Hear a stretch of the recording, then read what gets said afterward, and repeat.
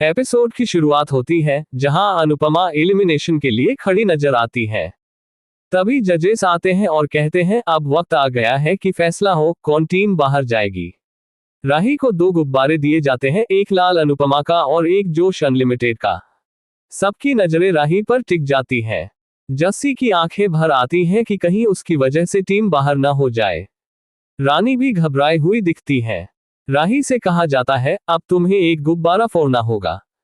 शाह परिवार को पूरा भरोसा है कि वह अनुपमा का गुब्बारा फोड़ देगी, लेकिन राही सोचती है कि उसे अनुपमा को फिनाले में हराना है, इसलिए वह उनका गुब्बारा नहीं फोड़ती। सब हैरान रह जाते हैं। राही पहले अनुपमा का नाम लेकर सबको चौंका देती है, फिर अचानक जोश अनलिमिटेड का गुब्बारा फोड़ देती है। शाह परिवार दंग रह जाता है, कुछ लोग खुश होते हैं तो कुछ निराश। अनुपमा को राहत मिलती है और वह दिल से शुक्रिया करती है। वहीं राही ठंडी मुस्कान के साथ कहती है मैंने आपको बचाया है ताकि फिनाले में मैं आपको हराकर जीत हासिल कर सकूं। जजेस भी कहते हैं वाह, माँ बेटी का ऐसा रिश्ता पहली बार देखा कि बेटी ने माँ को बचाया। प्रेम और अनुज बेहद खुश होते हैं, जबकि मोटिबा और ख्याति गुस्से से वहां से निकल जाते हैं।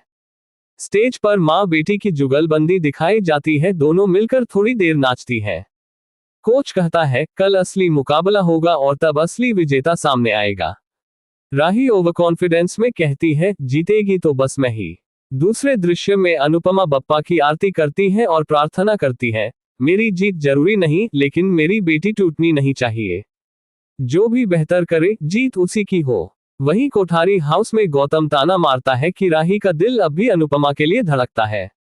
ख्याति और मोटिबा भड़क जाती है और राही को डांटती है, लेकिन राही कहती है मैंने कोई गलती नहीं की, मैं मंच पर अनुपमा को हराना चाहती हूँ, इसलिए उन्हें बचाया है। कल देखिएगा जीत मेरी ही होगी।